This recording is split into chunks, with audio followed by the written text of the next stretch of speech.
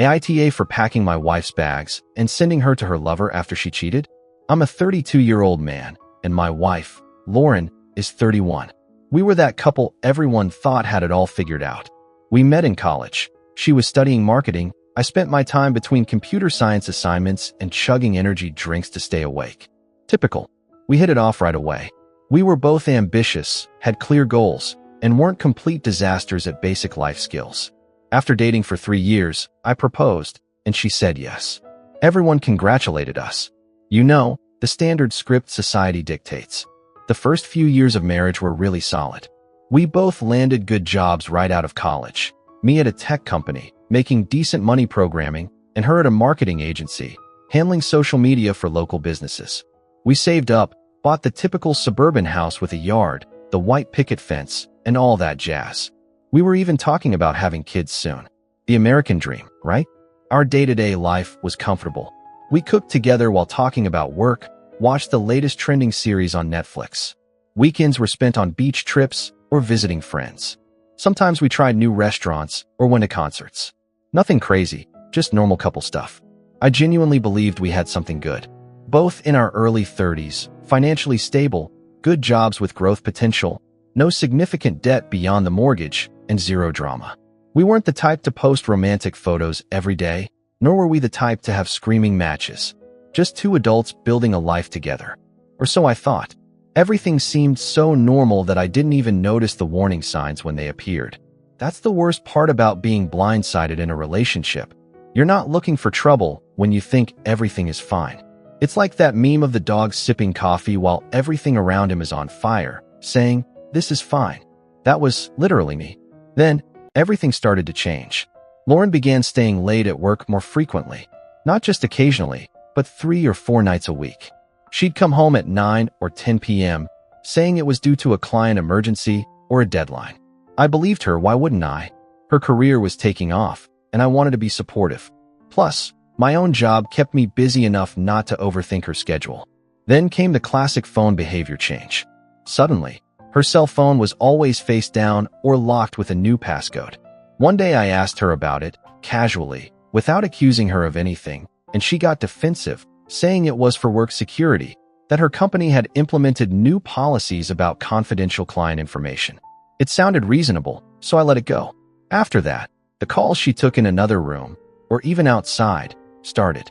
"It's just work, I don't want to bother you," she'd say, while stepping out to the patio to talk for 30 minutes. Sometimes I'd see her through the window, laughing and smiling in that way she used to smile at me when we first started dating. She started putting on makeup for quick errands, hair done, nice outfit, only to go buy milk at the store 2 hours later with a small bag and no explanation of where she'd been all that time. When she received texts at odd hours, she'd give a little smile and quickly respond before putting her phone away. If I glanced over, she'd immediately hide it. She also started picking fights over insignificant things. If I loaded the dishwasher wrong or forgot to take out the trash, suddenly they were unforgivable offenses that deserved the punishment of silence. Looking back, I realized she was manufacturing excuses to get angry, to leave the house, so she could text her lover without raising suspicion. Nothing like using dirty dishes as an alibi for an affair. And you know what's the worst part? I didn't want to be that guy, the insecure, jealous husband who checks his wife's phone and questions every one of her movements. So I came up with a series of excuses worthy of a gold medal in mental gymnastics. She's just dedicated to her career, I told myself, when she missed dinner for the 5th time that week. She's trying new styles. She's entitled to her privacy. I kept justifying her actions. It was classic sunk cost fallacy. I had invested years in this relationship. We bought a house, merged our lives. Admitting there was a problem meant accepting that everything I had built was crumbling. Besides, what if I was wrong?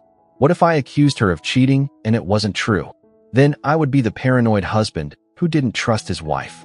So I kept quiet and closed my eyes, until 6 months ago, everything went from maybe I'm being paranoid to my life is a lie. It happened on a random Tuesday, a completely normal day. Lauren left for work early, kissed me goodbye while I was still half asleep, and I had a quiet day of programming from home ahead of me, since the office was being remodeled. At lunchtime, I remembered I needed some vacation photos for a presentation I was preparing for my parents' anniversary. Last year, Lauren and I had gone to Miami, and I knew she had better beach pictures than I did. The main computer was in the home office, but we had a shared iPad that usually sat on the coffee table. Lauren had used it the night before to watch. Paint this, whatever. I grabbed it, opened the gallery, and started scrolling through our vacation album. Then a notification popped up at the top of the screen, a message from Zach from work. And there was my name in the preview. Now, I've never considered myself a snoop. Even with all the red flags, I had never checked Lauren's phone or emails. But seeing my own name in a message on her iPad, that wasn't snooping, that was self-preservation. I clicked. The conversation opened, and right there, my entire marriage crumbled before my eyes in glorious high definition with blue chat bubbles. You know that feeling when your stomach drops to the floor, like in that movie scene when Bruce Willis realizes he's been dead the whole time? That was me in that moment. He's so clueless, LOL. Lauren wrote to this Zach. I could tell him I'm staying at your place, and the only thing he'd ask is if I remembered to pack a toothbrush. My hands started shaking. I scrolled up to see if it was some kind of misunderstanding or weird joke. Nope. It was worse, much worse. I sat there for 2 whole hours, scrolling through months and months of messages. The full story of their affair unfolded in front of me like the worst Netflix series ever created, sending inappropriate messages, plans for meetups, photos I wish I could erase from my brain, the whole package. It wasn't just the infidelity, it was the level of contempt. His paycheck is the only reason you're still with him, TBH. So dump him, Zach replied. No way. We're in a no-fault divorce state. Half of everything plus alimony, baby. I can drag this out forever, while he pays for everything. I sat there for 2 hours reading message after message of them laughing at me, planning weekends together while I thought she was visiting her sister, complaining about how boring I was in bed. They had inside jokes about me, nicknames, derogatory comments.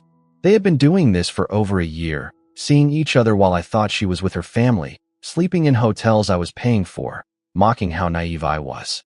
There were messages about weekends they spent together, vacations they were planning, even comments about potentially moving in together once she cashed out from our marriage. In those 2 hours, my entire reality shattered. Every night, she worked late. Every weekend with her sister. Every shower she took immediately after getting home. It all made sense now. It wasn't that I was being paranoid. If anything, I hadn't been paranoid enough. I discovered that Zach was a vice president at her company, a married man with kids, about 10 years older than us. The classic story, the boss sleeping with the younger employee. Only, in this case, the younger employee was my wife of 5 years. The more I read, the angrier I got. I saw messages where she literally explained her divorce strategy to him. How she would play the victim. How she would claim I was emotionally distant and a workaholic. How she would drag out the process to maximize alimony payments. There was a message where she said, I already talked to a lawyer. They said I'll get at least $4,000 a month in alimony, plus half of everything. This woman had consulted a divorce lawyer while still acting like everything was fine. The level of manipulation was astounding. My first instinct was to lose it, confront her, yell, throw her stuff out the window, go nuclear. But how could I in Florida? Because this wasn't just about the infidelity anymore. It was about my financial future, my home, everything I had worked for. And I refused to let her take it all just because I was too hurt or angry to think straight. So I put the iPad back where it belonged and somehow managed to get through the rest of the day without exploding. When Lauren came home that night, I gave the performance of my life. I kissed her on the cheek, asked about her day. We watched a movie while she texted Zach, sitting right next to me on the couch. My mind was screaming, but my face was calm. I wasn't going to be her meal ticket for the next decade. If she wanted to play, we would play. The next morning, while Lauren was showering, I sat at the kitchen table with my coffee, planning my next move. I needed legal help. I made some calls, paid for the consultation in cash, and met with a lawyer that same day during my lunch break. I explained the whole situation. My wife was cheating on me, planning to take everything, the whole 9 yards. What are my options? I asked. I'll be blunt, he said. Here, the courts don't care who cheated on who. They only care about the numbers. Who earns how much, who owns what, who signed what. Everything else is noise. He then explained what I was up against. Half of our assets disappearing, years of alimony payments, the potential loss of the house. The usual when the higher-earning spouse gets divorced. However, there were perfectly legal ways to protect myself before filing. Nothing shady, nothing illegal, just strategy. We spent the next 2 hours mapping out a 3-month plan. It was like planning a heist, only entirely within the law. Step 1. Change my financial situation. The next day, I talked to my boss and negotiated a different compensation package, a lower base salary, but with performance bonuses and stock options that would vest later. On paper, my income was cut almost in half, but in practice, the money would come in ways not typically included in alimony calculations. My boss was confused, but agreed, since it also benefited the company to reduce short-term costs. Step 2. Financial separation. I opened a new personal bank account at a different bank and started moving small amounts from our joint account. Not enough to raise suspicion, just $500 here, $700 there. I justified some withdrawals by saying I was investing in a colleague's startup, others by saying I was helping my brother with some bills. Lauren never questioned anything. She was too busy texting Zach. I also started aggressively paying down my personal credit cards. Any debt in my name needed to be eliminated or reduced before filing. At the same time, I encouraged Lauren to open new lines of credit in her name. Shouldn't you get the Amazon Prime Rewards card for all your shopping? I suggested one night. The points are amazing, and it will improve your credit score. She jumped at the idea, not realizing she was racking up more individual debt that would stay with her after the divorce. I made similar suggestions for store cards, a new personal credit card with better travel rewards, and even a small personal loan for some home renovations she wanted. The masterstroke came when Lauren mentioned wanting to remodel our kitchen. It was the perfect opportunity. "Honey, you should take out a personal loan for that instead of using our savings," I said casually. "Interest rates are low, and it will help you strengthen your credit history, especially now that your income is so solid."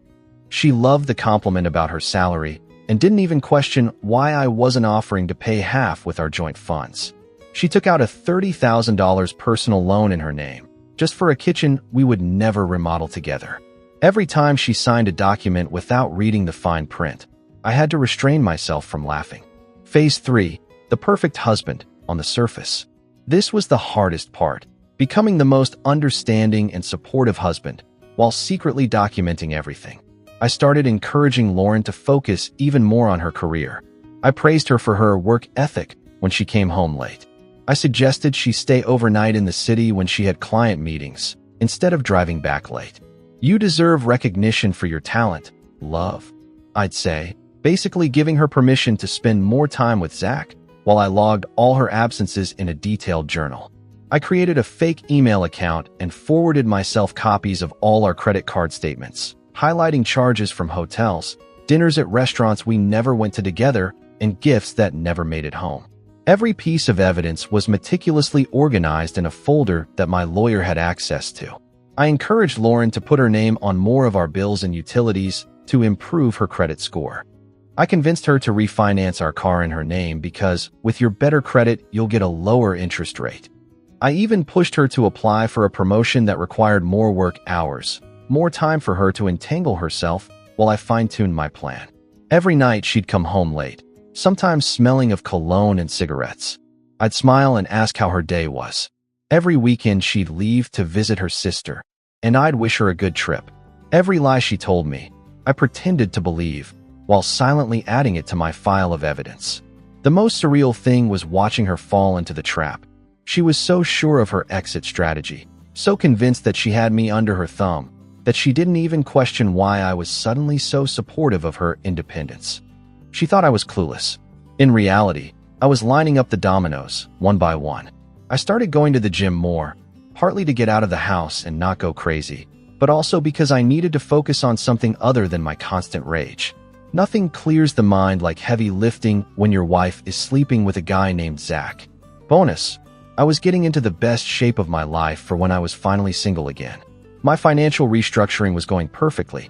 On paper, my income was going down, while my actual compensation was being deferred. Lauren's name appeared on more and more of our bills and accounts. She even insisted on refinancing our mortgage to get a lower rate. And although I reluctantly agreed, I made sure her name was prominently featured on the documentation. Meanwhile, Lauren got a significant promotion at work. Her base salary increased by 30%, bringing her income much closer to my newly reduced salary. I acted thrilled for her, took her out to celebrate, bought her flowers, but inside, I was practically dancing with joy. Her paycheck was now almost equal to mine on paper, and the alimony calculations were looking better and better. The 3-month mark was approaching, and my lawyer was preparing the paperwork. All the financial restructuring was done, the evidence gathered. I was ready. I just needed the perfect moment to act, that one last piece that would solidify my position before filing. And Lauren, in her growing carelessness, was about to hand it to me on a silver platter. Over the next few months, I continued moving pieces on our financial chessboard like a grandmaster, planning the perfect checkmate. Each move calculated, each step designed to maximize my advantage when the time finally came. I paid down my personal debts, while subtly encouraging Lauren to open new lines of credit. My credit score climbed to 810, while hers slowly declined due to the new accounts and increased credit utilization. A small victory, but satisfying. I sold some old electronics, my mountain bike, and other high-value items, and deposited the money into my new personal account. Nothing suspicious, just decluttering our lives. Lauren was too busy with her own schemes to notice mine. The situation at home was getting increasingly bizarre. We were basically roommates who occasionally had physical intimacy. Morning kisses felt mechanical, dinner conversations were superficial. We functioned like NPCs in a poorly programmed marriage simulation. Over time, Lauren seemed to grow more confident in her affair. She stopped trying to hide it, became more brazen with her excuses, and didn't even bother to concoct elaborate lies. Working late became her explanation for everything. Sometimes, she wouldn't even come home until the following morning, claiming she had fallen asleep at the office. I simply nodded sympathetically while documenting another night of absence. Her credit card statements told their own story. Charges at hotels within our own city, fancy restaurants I'd never been to, jewelry stores and boutiques with purchases that never made it to our house. She was getting sloppy, believing her exit strategy was bulletproof.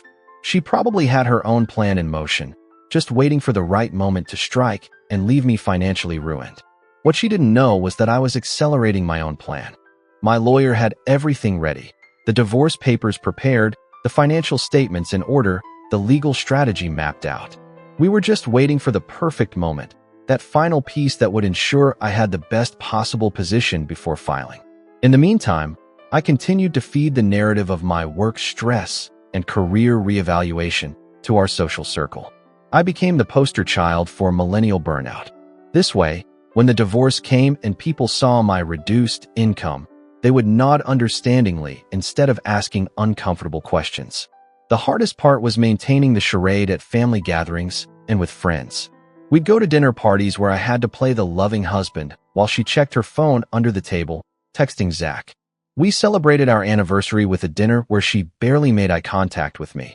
Yet that same night, she posted a gushing tribute to me on social media. The performance was exhausting. Strategically, I'd mention our financial difficulties due to my salary restructuring in conversations with mutual friends.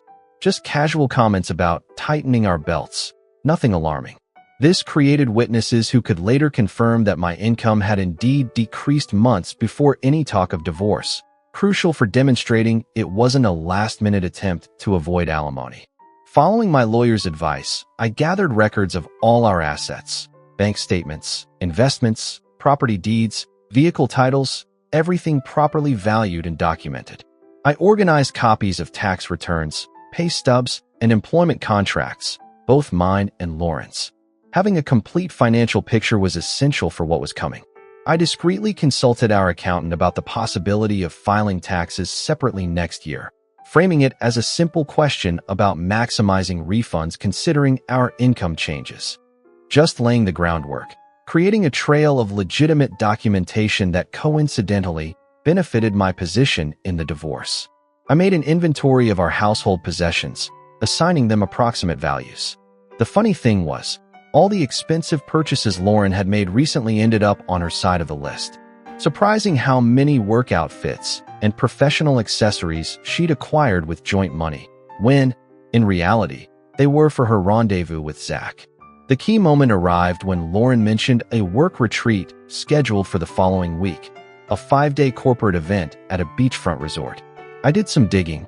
No such event existed. Her company had nothing on the calendar. The charge on our credit card was for a king-size room, ocean view, with a champagne package included. This wasn't just a casual getaway anymore. It was a full-blown vacation with her lover. The level of audacity was almost impressive. She didn't even bother to come up with a convincing lie, just assumed I was too stupid or passive to question or investigate it. I smiled at her and told her it was great that she was getting recognition at work. I even helped her pack, drove her to the airport, kissed her goodbye, and wished her a productive retreat. As I watched her walk into the terminal, I knew she wouldn't be returning to the same life she left. Because, while she enjoyed her getaway, I would execute the final phase of my plan. And, when she returned, she would learn what happens when you underestimate the person you're trying to destroy. The moment Lauren's plane took off, I went into beast mode. The defensive game was over. It was time to execute the plan I'd been brewing for months. Watching her go through security with that stupid grin on her face, probably thinking about the beachside private moments awaiting her with Zach, I couldn't help but crack a smile of my own. Enjoy your last vacation on my dime, honey. The trip back is going to be quite the experience. First call was to the locksmith, scheduled for the day before her return. Nothing says, welcome home, like not being able to get into your own house. Second call was to the moving company. Same-day service, cash payment, no paper trail that could complicate things. Then, I contacted my lawyer to finalize the divorce suit and have it ready to file the moment the courts open Monday morning. The pieces were falling into place like a goddamn perfect jigsaw puzzle. 3 months of planning, acting, and strategic financial restructuring, culminating in this moment. If Lauren thought she was going to leave me destitute and run off to shack up with her boss, using my money to fund their love nest, she had another thing coming. I spent the next few days making the final preparations at the house.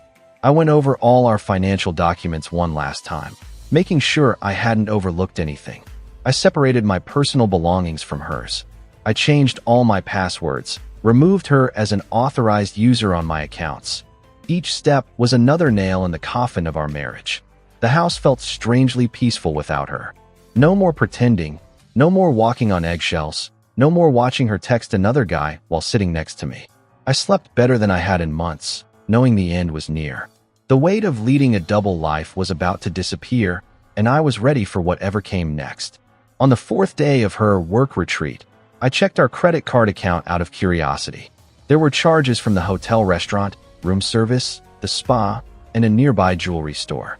Looks like Zach was getting a nice thank you gift for the romantic getaway. Hope he enjoyed it, buddy. That necklace, or whatever it was, probably cost less than the legal fees he'll be facing when his wife finds out, too. The locksmith arrived early on the 5th day. A nice older guy who didn't ask any questions when I told him I needed all the locks changed immediately. He finished in under an hour and handed me the new keys with a casual comment. These are better quality, they'll last longer. The irony wasn't lost on me. I should have just upgraded wives instead of upgrading locks. But here we are. Then the moving company arrived. 3 guys with a truck who looked like they'd seen it all and didn't bat an eye when I instructed them to pack all of Lauren's clothes, toiletries, personal belongings, and anything else that was clearly hers. They worked efficiently, filling boxes and loading them onto the truck. I made sure they labeled everything clearly. I didn't want to be a complete jerk. I just wanted her stuff gone and delivered to the place where she apparently really wanted to be. Finding Zach's address was surprisingly easy with a simple online search. Amazing what you can discover when you have someone's full name and place of employment. I scheduled the delivery for that evening, right around the time Lauren would be getting home and discovering she was locked out. The timing had to be perfect. I wanted both surprises to hit simultaneously for maximum impact. Around noon, my lawyer called to confirm that the divorce papers had been filed first thing that morning. You're officially the petitioner now, he said. Gives us a slight procedural advantage. He'd also arranged for a courier to deliver a copy of the documents to Lauren that afternoon. Everything was converging at once. The locks changed, her belongings relocated, the lawsuit filed, the perfect storm of deal with it. Throughout the day, I methodically went about disconnecting Lauren from my life. I removed her from our phone plan, called the credit card companies to revoke her access to my personal accounts, transferred automatic payments for utilities from our joint account to my private one. Each call was another snip of the scissors, cutting her out of my life with surgical precision. By 5 p.m., everything was in place. Her stuff was gone, the locks were changed, the divorce papers filed. All that remained was to wait for the star of the show to arrive for her grand finale. At 6:45 p.m., I heard a car pull up outside. I went to the window and peeked through the blinds. I saw her pulling her luggage out of the trunk of an Uber. She looked relaxed, even happy, probably still riding the high of her romantic getaway, completely oblivious to what awaited her. I watched her walk up to the door, insert her key into the lock, and frown when it wouldn't turn. Then she rang the doorbell repeatedly. I opened the door and stood in the doorway, blocking her path. Calm, serene, while she stared at me with an expression of pure annoyance. "What the hell is going on?" she demanded. "My key doesn't work." She tried to push past me into the house, but I didn't budge. "That's because I changed the locks," I replied calmly. "You don't live here anymore." Her face went from annoyed to completely stunned in a matter of seconds. "What the hell are you talking about?" Without further explanation, I handed her the divorce papers.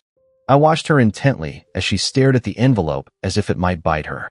Then, the classic Lauren arrogance returned. She smirked, convinced she still had the upper hand. "If divorce is what you want," she said confidently, "you better be prepared to pay." The confidence of someone who thinks they have everything under control is truly something to behold. I just smiled back and suggested that maybe she should read the documents first. She ripped open the envelope and began skimming the papers.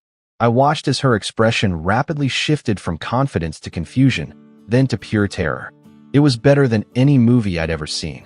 "This says I have to pay you alimony," she stammered, looking at me with genuine bewilderment.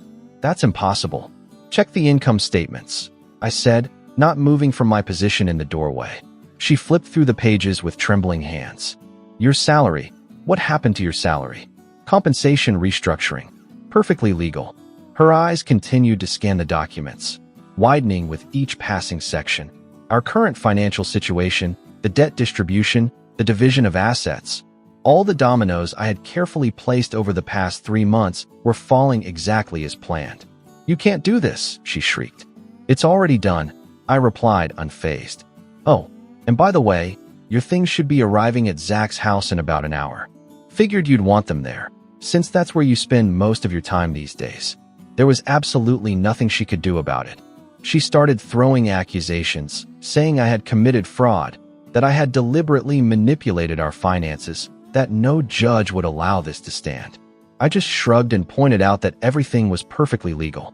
"You signed all the documents yourself," I reminded her.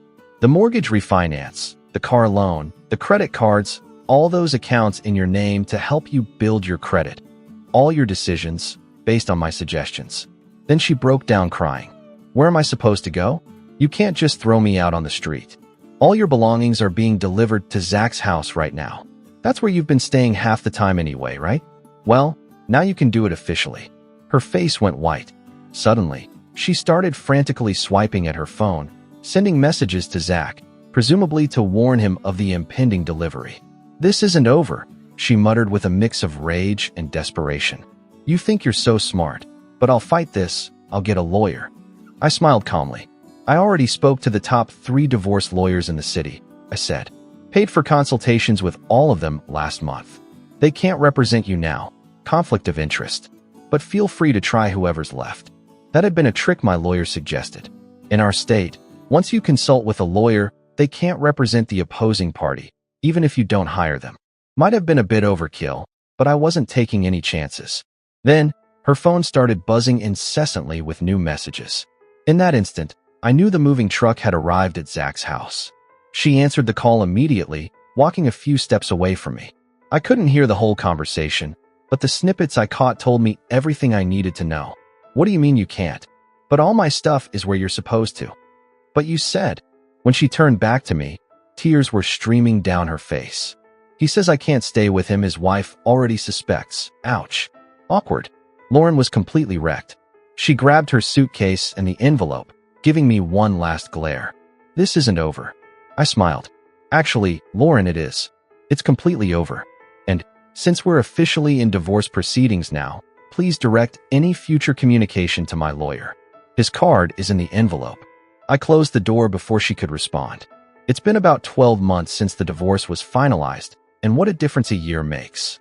First thing on the list was getting my finances back on track. Once the divorce was official, my company magically restructured my compensation package again, returning my salary to its original level, with an added bump for talent retention. The house sold faster than expected. The real estate market in our area was booming, and despite Lauren trying to drag out the process, probably hoping I'd fall behind on mortgage payments and tank my credit, we got an offer within just 2 weeks. After paying off the mortgage, which, per the divorce agreement, was primarily her responsibility, there wasn't much equity left to split. I walked away with roughly $15,000. Not life-changing money, but enough for a decent down payment on my new place. My new apartment is smaller, but in a better location.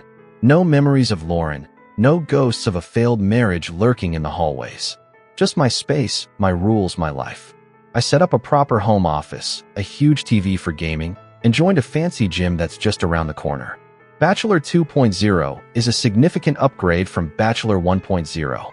And Lauren, well, from what I've heard through mutual friends, her life imploded spectacularly, exactly as I'd predicted. Zach, her lover, completely ghosted her the moment he realized she wouldn't be getting the divorce settlement she had promised him.